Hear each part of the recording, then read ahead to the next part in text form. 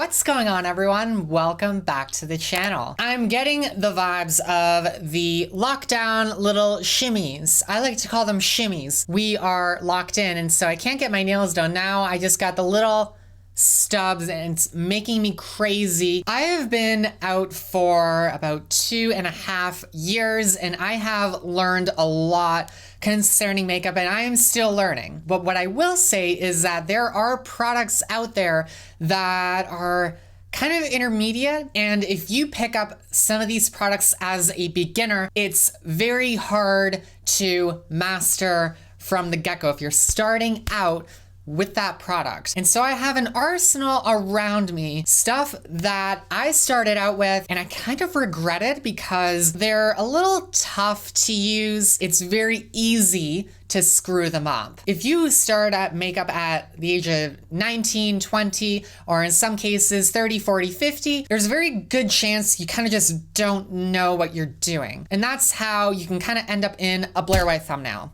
So we're gonna get right down into it, but if you do not know anything about me in particular, my name is DIMITRIA SPARROW, and I'm here to make you the long, cool woman fan that I know you can be. I do have Instagram and I do have a Facebook page, so please make sure you are following me there. You're nice and connected. And if you do like videos like this, please give me a like and subscribe because you will not want to miss what is next in this journey to freedom and femininity. All of these products have one thing in common: contrast and coverage. This is all stuff that is very easy to screw up. Full coverage products, if you don't know how to blend properly, people are gonna notice. Contrast as in very dark or very bright neon colors. This is stuff that does not align with your skin and it sticks out like a sore thumb and kind of resembles clown makeup in a sense. So the first thing I am going to talk about is liquid eyeliner. This is the current one I'm using, the L'Oreal matte eyeliner. I always started with liquid liner because I was kind of a goth chick, kind of a goth girl, and being obsessed with goth girls since I was a teen. I was super attracted to them. They were so gorgeous and I wanted to be like them at the same time. I saw all of them using liquid eyeliner. So I knew I had to go with this if I wanted to look like them. The truth is, liquid liner is likely,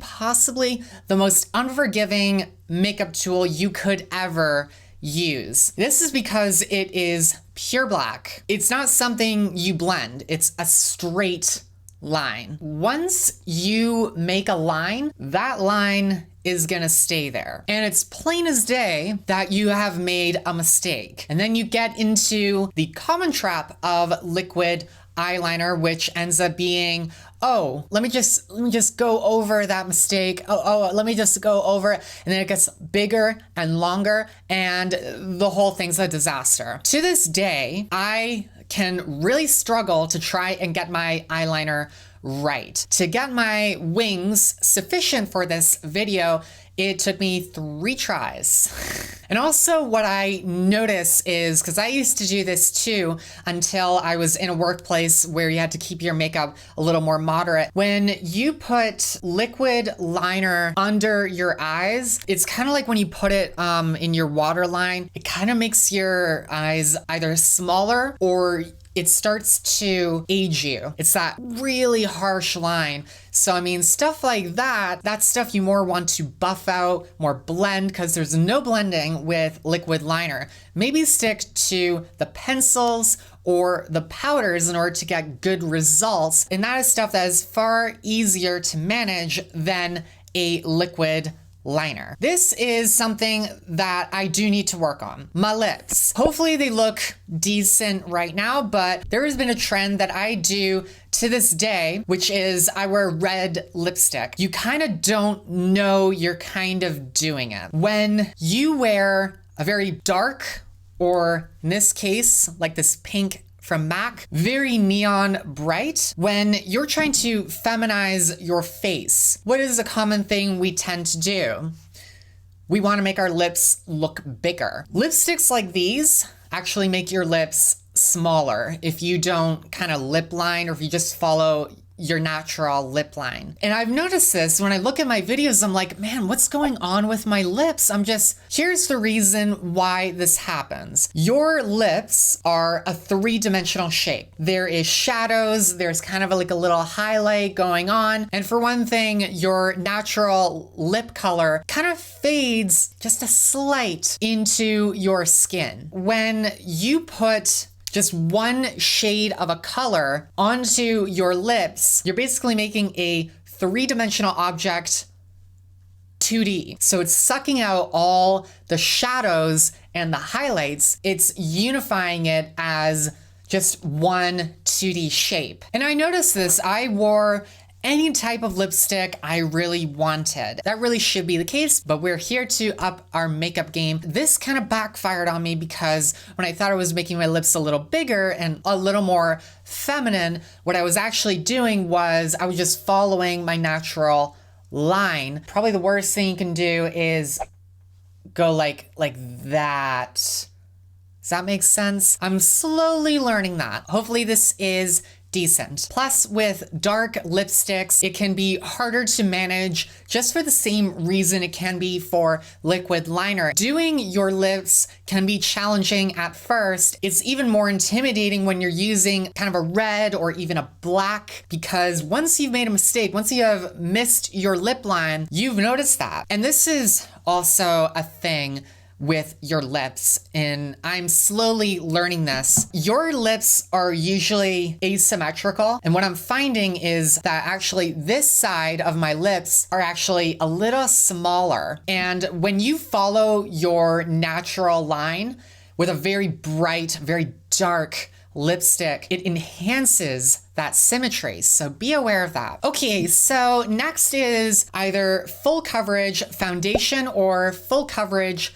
concealer. When you do makeup, especially in your early stages, or you're a cross-dresser on a night out, what your kind of idea is when you're in the makeup chair, you are undergoing a transformation. And it's far more appealing to lean towards very full coverage products that are gonna fully transform, enhance, and unify all of your face. Your imperfections are gonna be totally gone. Honestly, start out with something that is possibly sheer or light. Medium to full coverage is a lot more to handle. Make sure you are blending all throughout. You do not want to see streaks, and you do not want to see patchiness, because I notice sometimes with other people, it can go in, you see patches under the eyes, the ridges, the rims of the nostrils. I notice streak marks everywhere. This is because the product is far too thick for what it seems you can manage on your own. Full coverage concealers tend to have a high degree of SPF, and I've noticed that times on the camera I can come off as very, very dull and pale in my highlighted areas. Full coverage foundations tend to not really last long in kind of a healthy way. When your oil pushes through the makeup throughout the day, there's more product for it to ruin. I would recommend going with a sheer to light coverage foundation just to start with. You'll look classier, you'll look more professional, and if you are concerned about fine lines and textures, make sure you are cleansing, make sure you do your proper skincare, and go in with a primer, something that might fill the pores, something that will smooth you out, and then that foundation will look so much better than just going in with that. Okay, so those were the three main cosmetic things I wanted to talk about. I'm going to talk a little bit about skincare. One of them is an interesting thing I found out about when I started this channel, and then the other one is me being a complete idiot, and my girlfriend is laughing at me about it to this day because it wasn't that long ago. First thing that I regret doing is wearing a cream moisturizer in the summer. Just to brief you on how skincare works, there are different skin types. So you can be dry, oily, kind of a combination of the two in certain areas. You can be sensitive. So in my case, I tend to be combination, but I am also very sensitive. But the thing is, certain climates have an effect on your skin. What I found researching for the moisturizer video was that I was greasing up far too much in the summer because I was using a cream moisturizer in such a humid environment. And keep in mind, we did not have a dehumidifier in our household, which was quite traumatizing. The deal is that cream moisturizers are for very dry skin. They need that extra kick. And then moisturizers for very oily skin tend to be like water-based and are a lot thinner, usually kind of like a gel or a lotion. And so I had to switch over to that in the summer because I was greasing like crazy. My body reacts to the climate in that way. And so my skincare routine is changing in the winter right now as opposed to the summer. But if you are starting out, be very aware, be conscious about how is my current weather treating me. Because you'll find influencers will tell you that when they moved to LA, their skin started to dry up because it's LA, it's a wasteland. When I tried this on in the summer, I greased up way too quickly and I had to move on to a lotion. This will let you know that I am not the be all and end all of your journey, your feminine aesthetic, because I can be very dumb. This is the Neutrogena Rapid Wrinkle Repair. I've been kind of experimenting with trying to look for a good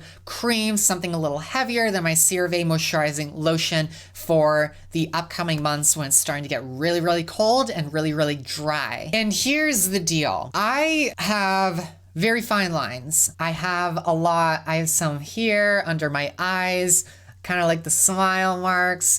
In my forehead. There's texture to work with. What I thought in my brilliant mind, this is an aging problem, says a 22-year-old. So I went in and it says rapid wrinkle repair. I'm like, that sounds like it smells really, really nice in kind of that non-fragranty way. When I started applying this, I started getting redness and irritation, especially in my cheeks. And when I put on makeup, and I didn't have the makeup on for very long, when I was wiping away my foundation here, little thin layers of my skin were coming off with it.